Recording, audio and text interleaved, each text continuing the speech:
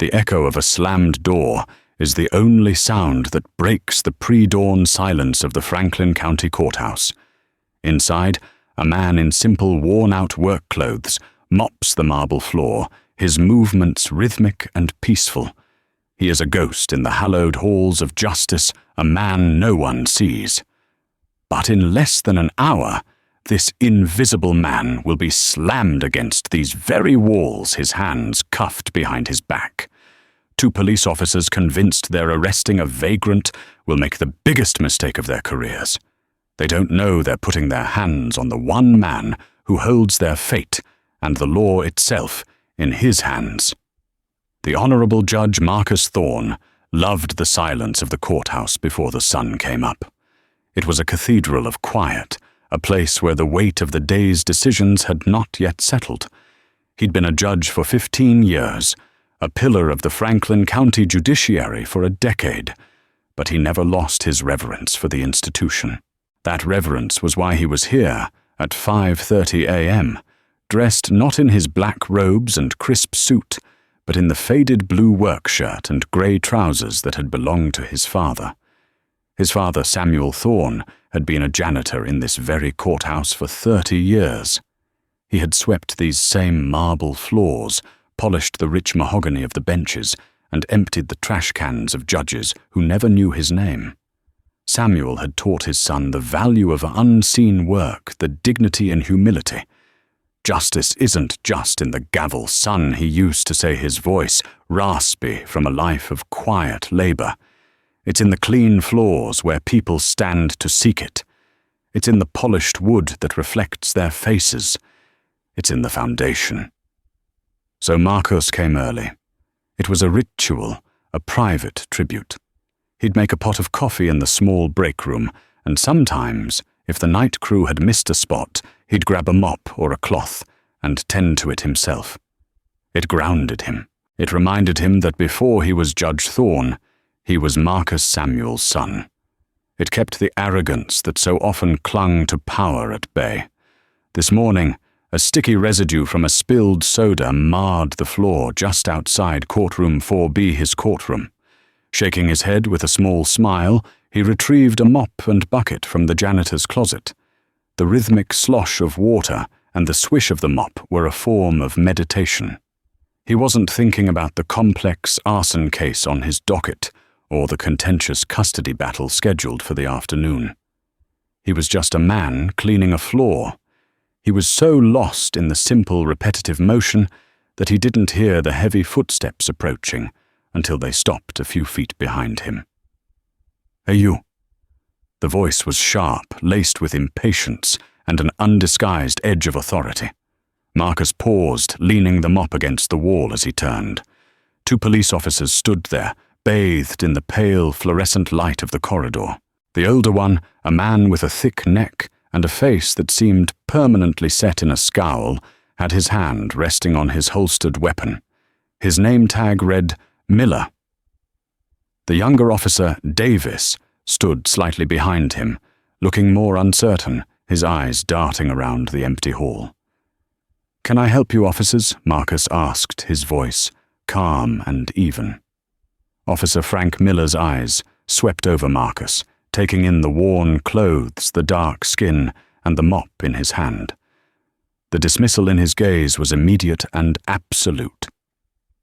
"This area is restricted," Miller snapped. "The building isn't open to the public for another 2 hours." "What are you doing here?" "I work here," Marcus replied, simply keeping his hands visible and relaxed. He'd seen this look 1,000 times in his life, long before he ever wore a robe. It was a look that judged, categorized, and condemned all in a single glance. Miller let out a short, humorless laugh. "The night crew clocked out an hour ago. I checked the logs. So try again. Who are you, and what are you doing wandering the halls?" "As I said, I work here." Marcus repeated his tone, still level, though a familiar weariness began to settle in his bones. "I was just cleaning up a spill before starting my day." "Your day." Miller took a deliberate step forward, invading Marcus's personal space. He was a good 6 inches shorter than Marcus, but carried himself with the unearned confidence of a bully in a uniform. Your day doing what, casing the judge's chambers for laptops, seeing which offices are unlocked. The accusation hung in the silent air, ugly and sharp. The younger officer Davis shifted his feet, a flicker of discomfort crossing his face.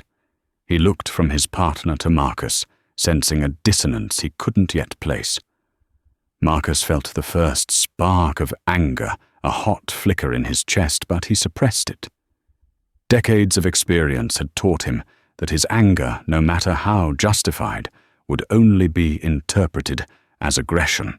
"There's no need for that, officer," he said, his voice dropping to a lower, more deliberate register. "I assure you, I have every right to be in this building." "Oh, you have rights now, do you?" Miller sneered, his hand tightening on his service weapon. "Everyone's a constitutional scholar until they're in cuffs. Let's see some ID. Courthouse employee ID." Marcus sighed. His wallet, along with his judicial identification, was in his briefcase, inside his chambers down the hall and around the corner. "My identification is in my office," he explained. "Convenient," Miller grunted. "Real convenient." "My ID is in my office. Heard that one before? Usually right before we find a baggie of something in their pocket." He looked at his partner. "Davis, what do you think?" "You think this guy belongs here?" Davis hesitated, his eyes fixed on Marcus. There was something about the man's posture, his unflinching gaze, the calm articulation in his voice. It didn't fit the profile of a trespassing thief. Sir Davis said, addressing Marcus respectfully, "Maybe you could just tell us your name and who you work for. We can verify it." Before Marcus could answer, Miller cut him off. No, we're past that. He's being evasive. In a restricted area before business hours, no ID giving us lip. I'm tired of playing games." Miller's eyes narrowed into slits. "You have 10 seconds to produce an ID, or you're going to be explaining yourself downtown." Marcus met his gaze. The quiet cathedral of the courthouse suddenly felt small and suffocating. The polished floors no longer felt like a tribute to his father, but a trap. He knew this was a precipice. He could try to explain further, to tell them to follow him to his chambers, but he saw the unyielding, prejudiced certainty in Officer Miller's eyes. The man wasn't listening. He was hunting. Officer Marcus said, his voice now carrying a hint of the command it held in the courtroom. "I suggest you lower your voice and think very carefully about your next move." For Miller, that was the final provocation. A janitor telling him what to do in his courthouse. "That's it," Miller snarled, his face reddening with fury. "You're done. Turn around. Hands behind your back." Now the order echoed in the vast, empty hall of justice. The command hung in the air, sharp and absolute. Davis, the younger officer, flinched, as if the words themselves were a physical blow. He looked at Marcus, then at his partner, a knot of unease tightening in his stomach. This was moving too fast. There was a procedure for this: verify, de-escalate, confirm. His partner, Frank Miller, had just thrown the entire manual out the window. Marcus did not move. He stood perfectly still, his gaze locked on Miller. It was the same look he gave a lawyer who was pushing a nonsensical argument, or a witness whose story was crumbling under cross-examination. It was a look of profound disappointment and steely resolve. Officer Miller Marcus said, his voice devoid of fear or anger, which seemed to infuriate Miller even more. "You are making a serious error in judgment. The only error is me wasting my breath on you." Miller shot back, unsnapping the holster of his handcuffs. "I gave you a lawful order. Turn, around, last chance." Marcus held his ground. He wasn't being defiant for the sake of it. This was a matter of principle. He had spent his entire career upholding the law, interpreting its nuances, and ensuring it was applied fairly. To be treated as a common criminal in the very building where he presided over that law was an indignity he could not simply accept. More than that, he thought of all the other men who looked like him, who didn't have a judge's robe, hanging in a nearby chamber. What chance did they have against a man like Miller? "I will not turn around," Marcus said, his voice a low rumble that seemed to vibrate through the marble floor. "You have no probable cause for an arrest. I am not a threat. I am an employee of this courthouse." Probable cause? Miller laughed, a harsh, ugly sound. "I've got trespassing, loitering in a government building, and failure to identify. And in about 5 seconds, I'm adding resisting arrest to the list. Davis, get over here. Help me take this guy down." Davis remained frozen for a beat too long. "Frank, maybe we should just call the sergeant, or get building security to ID." He suggested, his voice tentative. Miller's head whipped around, his eyes blazing with fury. "Are you questioning my command, Officer Davis? I said get over here." Now, reluctantly, Davis moved forward, his hand hovering uncertainly near his cuffs. He didn't want this to happen. Every instinct was screaming at him that something was terribly wrong. Seeing he had no other choice to avoid a violent physical altercation, Marcus let out a slow, deliberate breath. He knew this was a battle he would lose in the hallway, but the war would be won elsewhere. He slowly raised his hands in a gesture of surrender. "There's no need for force," he said, turning his back to them. "You are making a mistake, but I will not resist you physically." The flicker of triumph in Miller's eyes was sickening. He shoved Marcus hard against the wall, the impact echoing in the silent hall. Marcus grunted as his shoulder hit the cold marble. Miller roughly grabbed his arms, wrenching them behind his back with unnecessary force. "See, that wasn't so hard." Was it? Miller sneered as he expertly ratcheted the cold steel of the handcuffs around Marcus's wrists. The click of the cuffs locking into place was unnaturally loud in the cavernous space. At that moment, a figure appeared at the far end of the corridor. It was Eleanor Vance, the head clerk of the court for the 4th District. A woman in her late 60s with silver hair, pinned in a neat bun. She had worked at the courthouse for 40 years, longer than anyone else, including the Chief Justice. She was the institutional memory, the logistical linchpin, and she missed nothing. She was carrying a box of case files, and had come in early, as she always did. She stopped dead in her tracks, the box tilting precariously in her arms. Her eyes widened first in confusion, and then in utter disbelief. She saw 2 officers, one of whom she vaguely recognized as a hothead, manhandling a man in work clothes. Then her eyes focused on the man's face as Miller yanked him back from the wall. Her breath caught in her throat. The box of files slipped from her grasp, crashing to the floor with a deafening boom. Papers scattered across the polished marble like fallen leaves. "What in God's name are you doing?"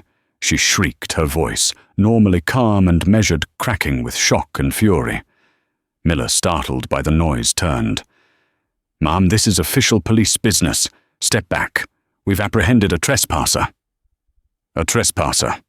Eleanor's face was pale, her eyes blazing.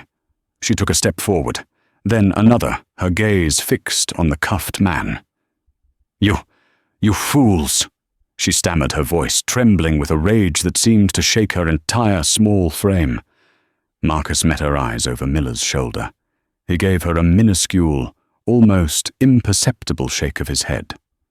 "Not yet," the look said. "Let this play out." But Eleanor was not a woman to be silenced.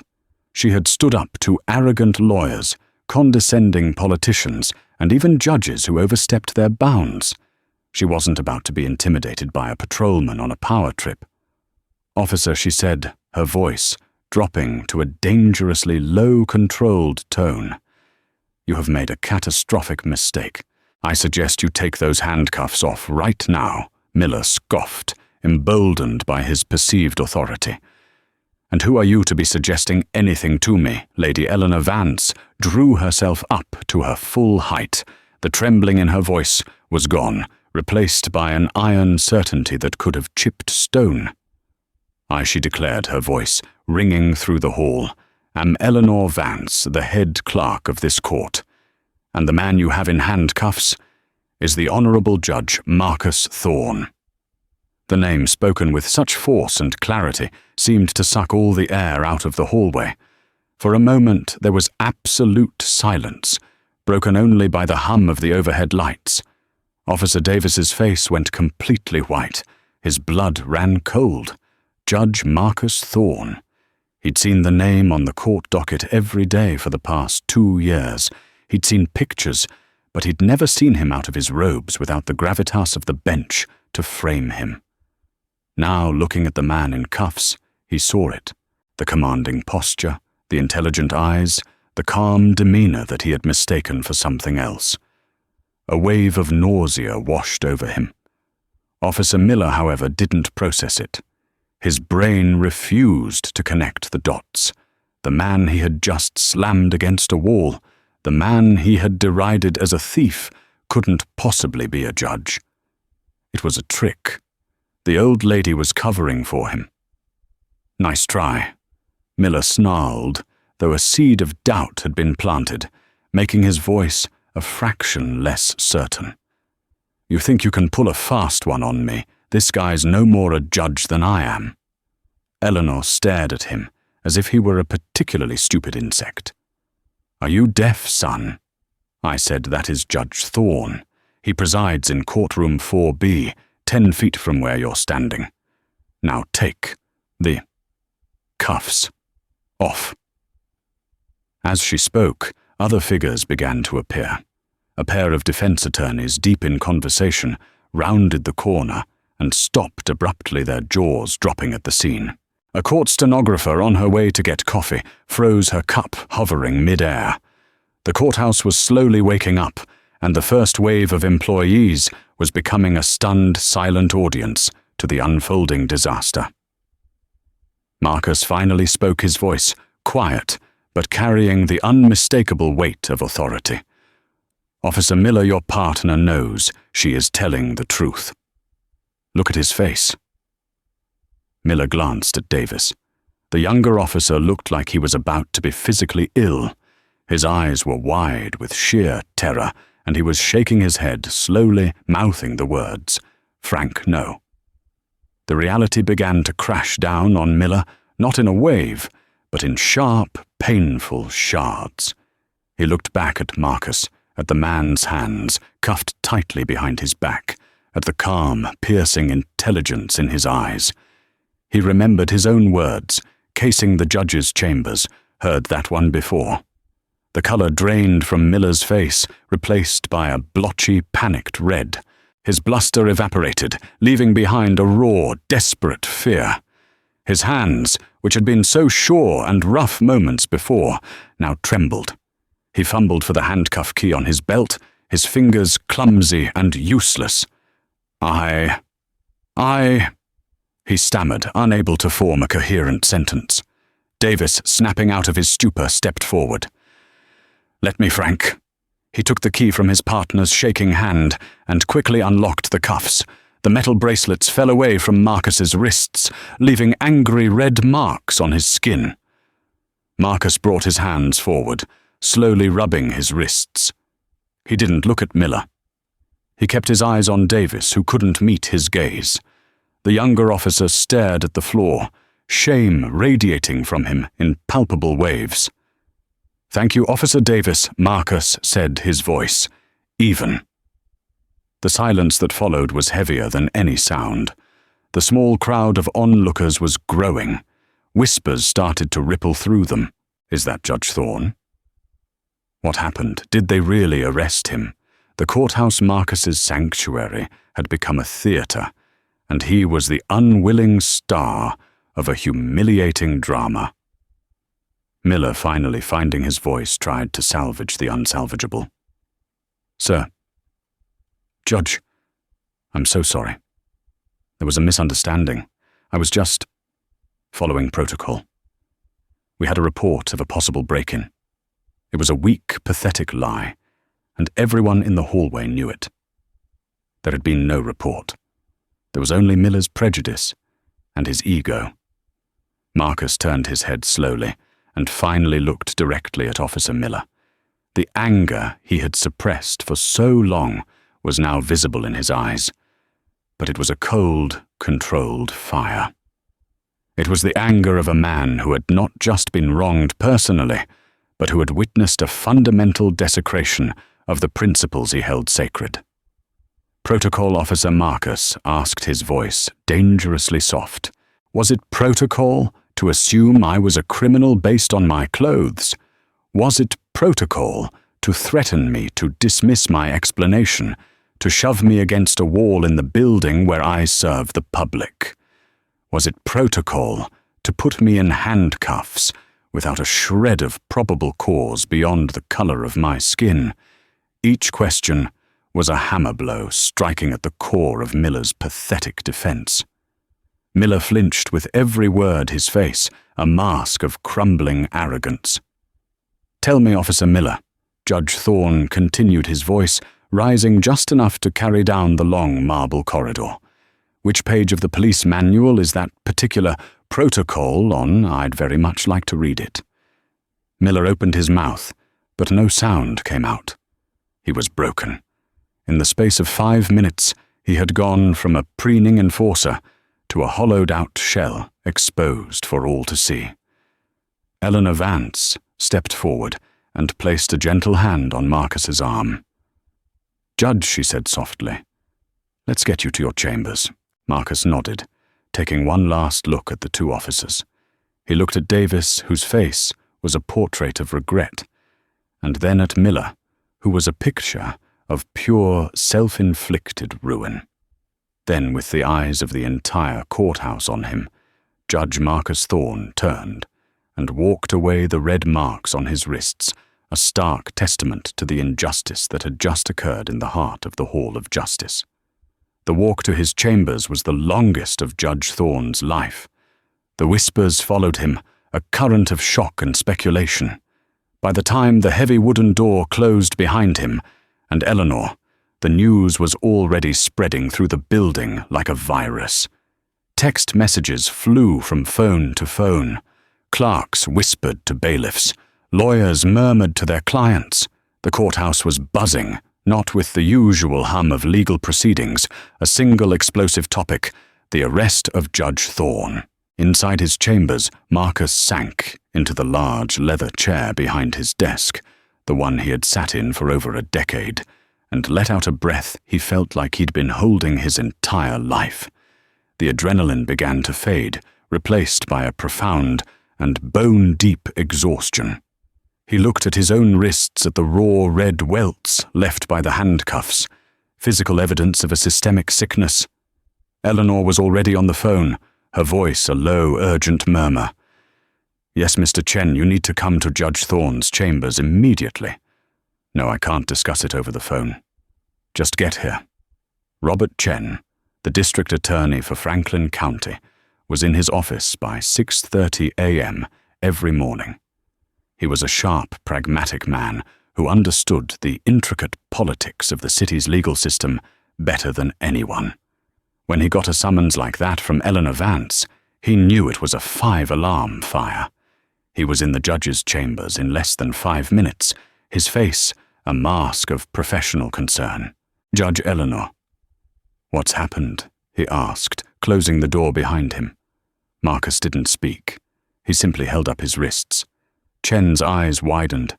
He looked from the marks on the judge's skin to Eleanor's grim face, and the pieces clicked into place. "Oh no," he breathed. "Don't tell me." "Two of your city's finest," Eleanor said, her voice dripping with acid, mistook a Supreme Court judge for a burglar while he was mopping a floor. Chen's professionalism momentarily cracked. He ran a hand over his face, his mind instantly calculating the cascading consequences of this single act. This was not just an unlawful arrest. This was an insult to the judiciary, a potential civil rights lawsuit of massive proportions, and a public relations nightmare that could tear the city apart. Who were the officers, he asked, his voice tight. Their badges said Miller and Davis Marcus, said finally finding his voice. It was hoarse. Miller was the lead. Davis was his backup. Frank Miller Chen said the name, leaving a sour taste in his mouth. He's had complaints, a lot of them. Excessive force, racial profiling. But he's slippery. The police union protects him, and nothing ever sticks. Well, Marcus said, looking Chen directly in the eye, something is about to stick. The phone on his desk rang. It was Chief of Police Michael Donovan, a man with whom Marcus had a cordial if distant professional relationship. The call was a torrent of panicked apologies. Donovan had already seen the preliminary report from a frantic precinct sergeant. He assured the judge that Miller and Davis were being brought in, that they would be placed on administrative leave, and that a full internal affairs investigation would be launched immediately. This is unacceptable, Marcus, just reprehensible. We will get to the bottom of this. You have my word, Donovan stammered. Thank you, Michael, Marcus said coolly. I expect a thorough and, more importantly, a transparent investigation. He hung up the phone. He knew what this meant. The system was now kicking into gear, not necessarily to find justice, but to perform damage control. The blue wall of silence would be tested. The police union lawyers would be circling the wagons. The city's attorneys would be calculating potential settlement figures. What do you want to do? Marcus Chen asked gently. It was the most important question. He could let internal affairs handle it, accept the chief's apology and try to move on. He could file a formal lawsuit, a long and arduous process that would put his own life under a microscope. Or he could use this moment, this ugly personal violation, as a lever to force a change he knew was long overdue. He thought of his father. He remembered the quiet dignity with which Samuel had endured countless small slights, the casual racism of people who saw his uniform and not the man. He remembered his father's pride on the day Marcus was sworn in, the tears in his eyes as he said, "You're on the inside now, son. Make it better. I want a full accounting." Marcus said, his resolve hardening. I don't want Officer Miller to be a scapegoat. A man like that doesn't operate in a vacuum. He's a product of a culture that trains officers to see a black man with a mop as a threat, but a white man in a suit as an authority. I want to know how many complaints against him were ignored. I want to know why Officer Davis felt he couldn't speak up sooner. I want this investigation to go beyond these two men and look at the system that created them. Chen nodded slowly, understanding the gravity of what the judge was demanding. This wouldn't be a simple personnel matter. This would be a reckoning.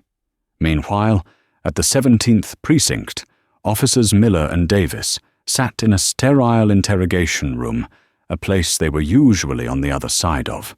The reality of their situation was setting in. Davis was pale and silent, staring at his hands. Miller, however, was already building his defense. The fear had been replaced by a familiar, self-righteous anger. It was a simple mistake, he told his union representative over the phone. The guy was acting suspiciously.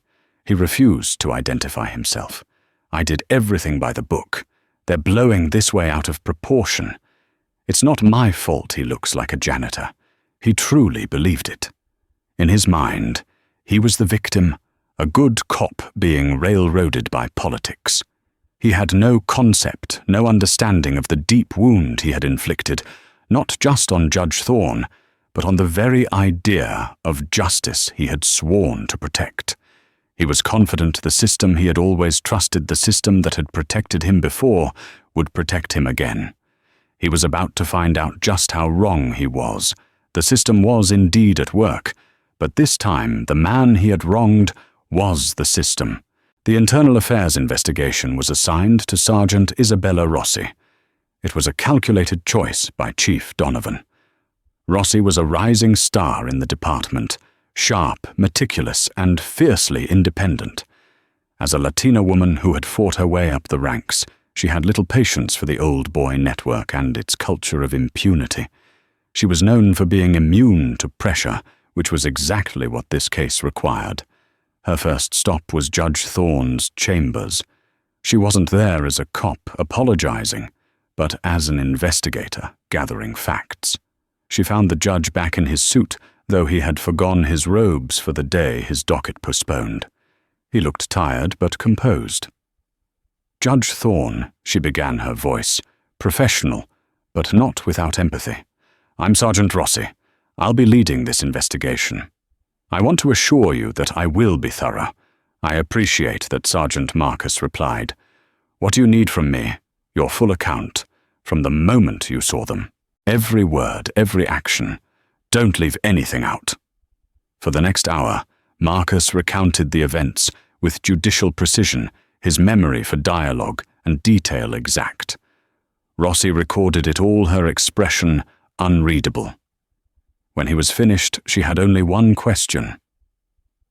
"In your opinion, Judge, what was Officer Miller's primary motivation?" Marcus paused, choosing his words carefully.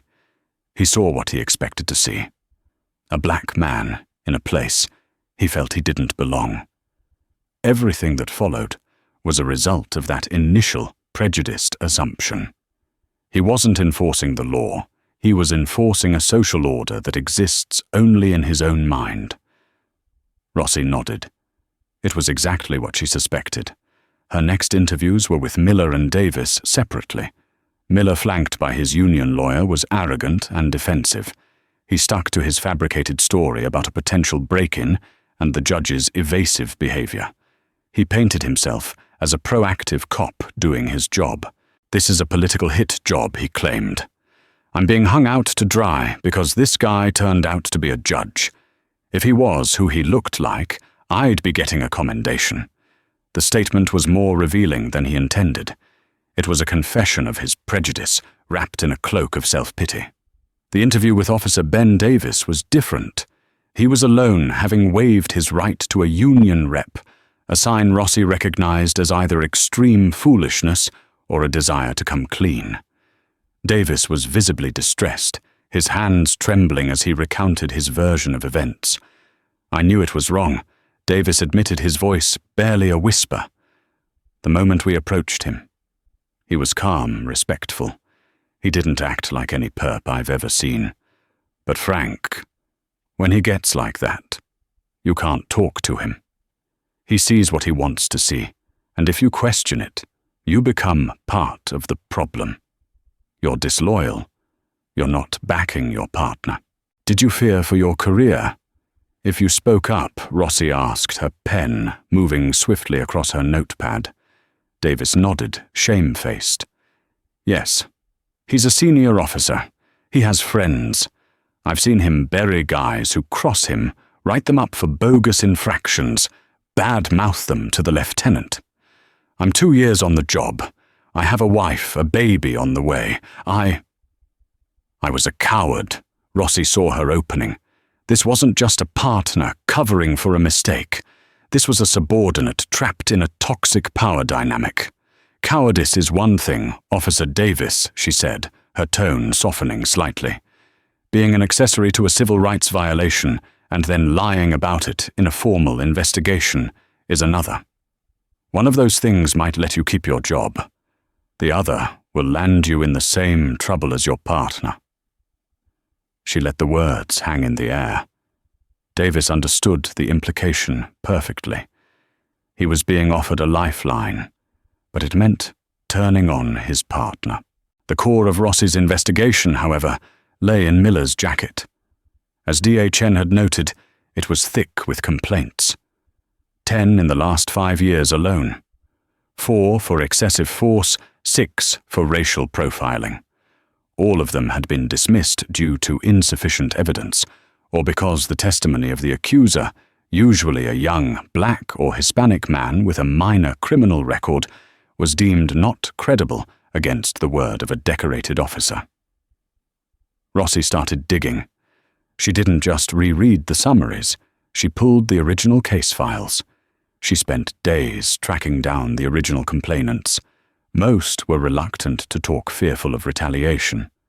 But two of them, a college student named Jamal Peters and a construction worker named Luis Garcia, agreed to speak with her. Their stories were hauntingly similar to Judge Thorne's. A minor incident, a broken taillight loitering while waiting for a bus, escalated by Miller's aggressive and racially charged language. Both men described being verbally abused, threatened, and illegally searched. Both had filed complaints that went nowhere. They make you feel like you're the one who did something wrong by complaining, Jamal Peters told her. They interview you like you're the suspect. It's hopeless. This was the pattern Marcus had talked about. Miller wasn't just a bad apple. He was a symptom of a diseased tree. The system wasn't just failing to punish him. It was actively enabling him. The real breakthrough, however, came from a place no one expected. The courthouse security cameras. The main corridor cameras were high up and wide-angled, capturing the incident, but without clear audio. But Rossi was meticulous. She cross-referenced the courthouse schematics with the police department's equipment logs, and she found it. Officer Miller had recently been assigned a new model of body camera. It had a feature he wasn't fully aware of, a 30-second pre-record buffer. The camera was constantly recording and deleting a rolling 30-second loop. When the officer hit the record button, those preceding 30 seconds were saved and attached to the start of the file. Miller had activated his camera the moment he decided to make the arrest. But the buffer had captured the 30 seconds before that. It had captured his words unfiltered. It had captured Judge Thorne's calm, reasonable tone. And most damningly, it had captured Officer Davis's hesitant plea. "Frank, maybe we should just call the sergeant." It was the smoking gun. It directly contradicted Miller's sworn statement that the judge had been belligerent and that both officers had been in agreement. It was proof that he had lied in a formal investigation. It was obstruction of justice. Armed with the body cam footage and the testimony from past victims, Rossi went back to Officer Davis. She played the footage for him. He watched his face ashen as his own moment of doubt was laid bare. "He lied," Ben Rossi said quietly. "He lied in his report, and he lied to me. And he let you take the fall with him. He said you both agreed the arrest was justified." The last vestige of Davis's loyalty to his partner crumbled.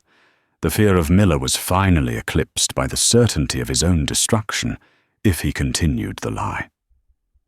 "What do I have to do?" he asked, his voice shaking. "You have to tell the truth," Rossi replied. "The whole truth. On the record." The blue wall of silence was about to come tumbling down. The release of Sergeant Rossi's investigation report sent an earthquake through the city's political and legal landscape. It was a meticulously detailed 84-page indictment, not only of Officer Frank Miller's actions, but of the department's systemic failure to discipline him. The body cam footage was the centerpiece, leaked to the press. It played on a loop on every news channel. The public could now hear Miller's sneering condescension and Judge Thorne's patient attempts to de-escalate. They could hear Davis's hesitation, a clear sign that Miller was the sole aggressor. The report, combined with Officer Davis's full corroborating testimony and the statements from past victims like Jamal Peters and Luis Garcia, was irrefutable. The fallout was swift and brutal. Chief of Police Michael Donovan, facing a firestorm of public outrage and pressure from the mayor's office, held a press conference. His face was grim, his tone somber. "The actions of Officer Frank Miller are a disgrace to this department and a betrayal of the badge he wore," Donovan announced. Effective immediately, Frank Miller is terminated from the Franklin County Police Department. But it didn't end there. DA Robert Chen, armed with the evidence of a falsified report and a lie in a formal investigation, took the podium next. The district attorney's office will be pressing criminal charges against Mr. Frank Miller for perjury and obstruction of justice, Chen declared. The crowd of reporters gasped. It was incredibly rare for a police officer to face criminal charges for actions taken in the line of duty. No one is above the law, especially not those sworn to enforce it. For Frank Miller, the world had turned upside down. The system he had so skillfully manipulated for years had turned on him with terrifying speed. The union, seeing the overwhelming evidence and the political toxicity of the case, provided him with a lawyer, but publicly distanced themselves from his actions. His so-called friends in the department stopped returning his calls.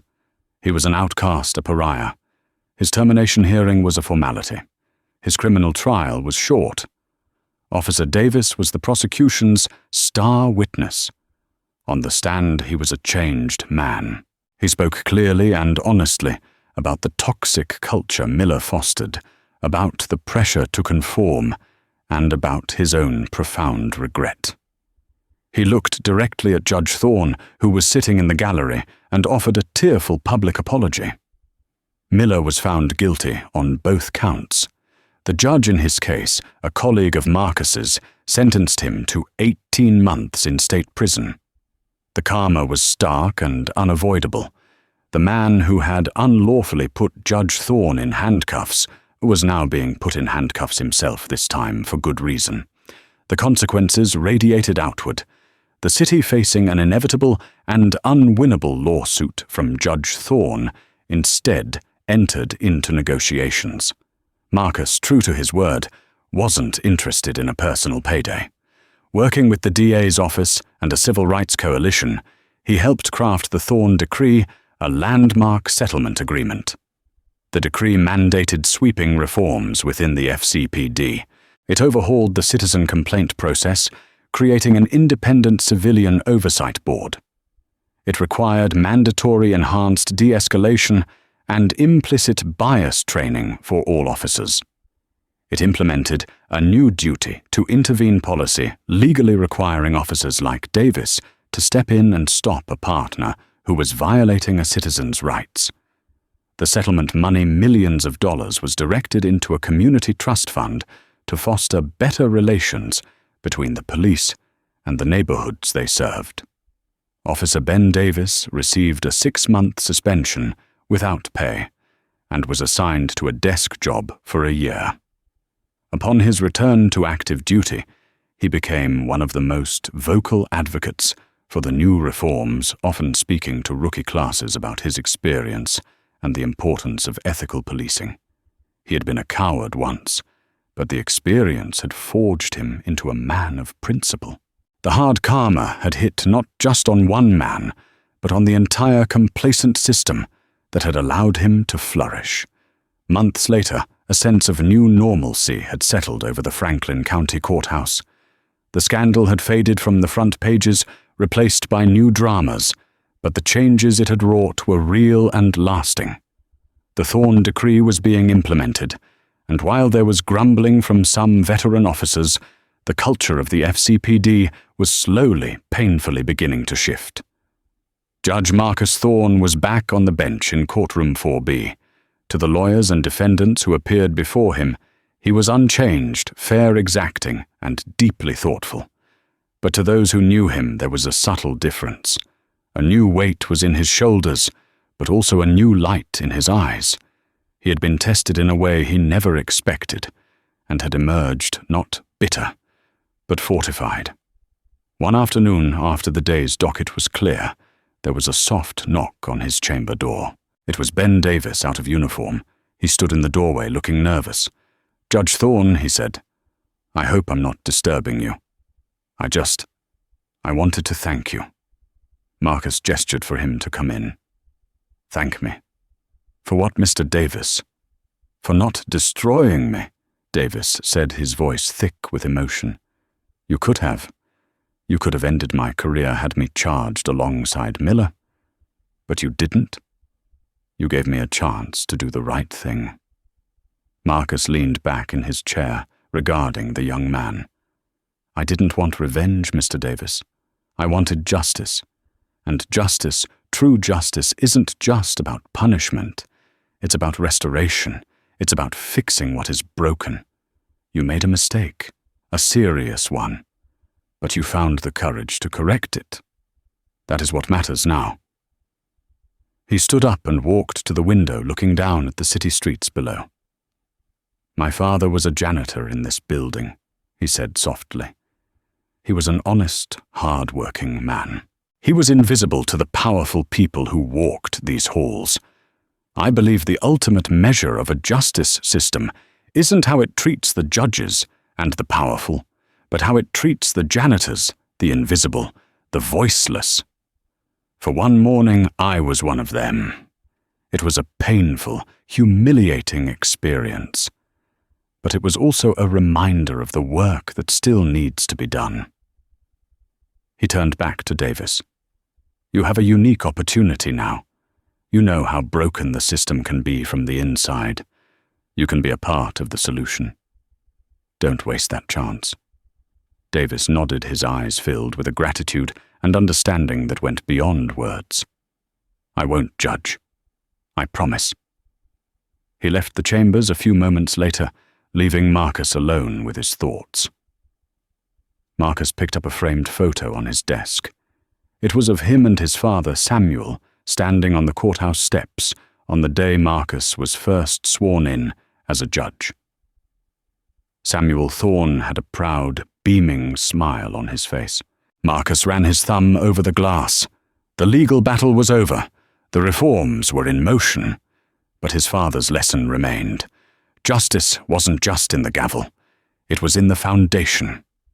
And for the first time in a long time, Marcus felt confident that the foundation of the Franklin County Courthouse was a little bit stronger, a little bit cleaner, and a little bit more just than it had been before. The verdict was in. 1 year later, the autumn sun cast long shadows across the basketball court of the Northwood Community Center. The air, crisp with the promise of fall, was filled with the sounds of laughter, sizzling hot dogs on a grill, and the rhythmic thump of a basketball. This was the first annual Courthouse and Community Day, an event born from the ashes of the Thorne Decrees Community Trust Fund. It was Judge Marcus Thorne's idea, a deliberate effort to bring the law down from its marble pedestal and place it on the cracked pavement of the neighborhoods it was meant to serve. Judges, lawyers, clerks, and police officers mingled with families from the community. They weren't wearing robes or uniforms with an authoritative stiffness. They were in jeans and sweatshirts, flipping burgers and refereeing a kids' 3-on-3 tournament. It was an image of unity that would have been unthinkable just a year ago. Marcus, wearing a Northwood Community t-shirt, stood by the food table, watching the scene with a quiet sense of satisfaction. He saw Robert Chen, the district attorney, in a heated debate with a group of teenagers about the merits of LeBron James versus Michael Jordan. He saw Lieutenant Isabella Rossi, her recent promotion, a testament to her unwavering competence, showing a group of young girls how the lights on a police cruiser worked, her manner patient and engaging. Then he saw a familiar face near the basketball court. Ben Davis in full uniform was laughing as a small boy tried to dribble a ball around his legs. The suspension and the desk duty were long over. He had become a model officer, a mentor for rookies, and the FCPD's unofficial ambassador for the new community policing initiatives. He looked up and caught Marcus's eye, offering a respectful nod. Marcus nodded back. There was no need for words. Their shared history had forged a mutual, if complex, respect. The man who had once been an instrument of his humiliation was now a key part of the healing process. A young woman approached Marcus, a student journalist from the local college. "Judge Thorne," she began a little nervously. "Do you think events like this really make a difference? Marcus turned his full attention to her. "A year ago," he said, his voice thoughtful, "a man in my position was arrested 10 feet from his own courtroom because of what he was wearing and the color of his skin. The officer who arrested him saw a threat, not a person. Today, that officer's colleagues are here not to make arrests, but to meet their neighbors. They're seeing people, not profiles. You tell me if that's a difference." He gestured towards the court. Justice isn't an abstract concept written in a law book. It's a living thing. It needs to be nurtured in places like this, not just debated in courtrooms. This is where the foundation is laid. He thought briefly of Frank Miller. News traveled. Miller had been released from prison after serving 12 months of his sentence. He was a broken man, unemployable in law enforcement, and struggling to find his footing, a living ghost, haunted by the consequences of a single morning's prejudice. There was no joy in it for Marcus, only a somber affirmation that actions have profound and lasting consequences. As the afternoon wound down, Marcus found himself standing alone for a moment, watching the setting sun paint the sky in hues of orange and purple.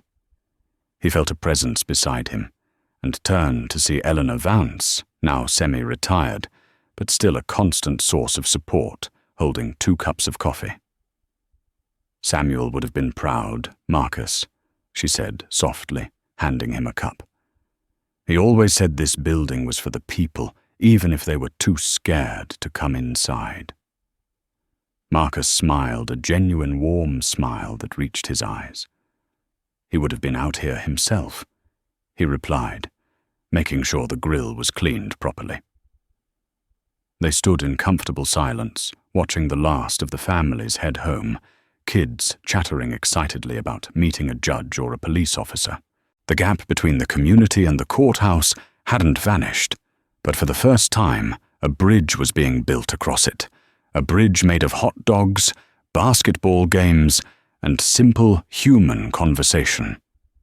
The sterile silence of the courthouse at dawn was still Marcus's sanctuary.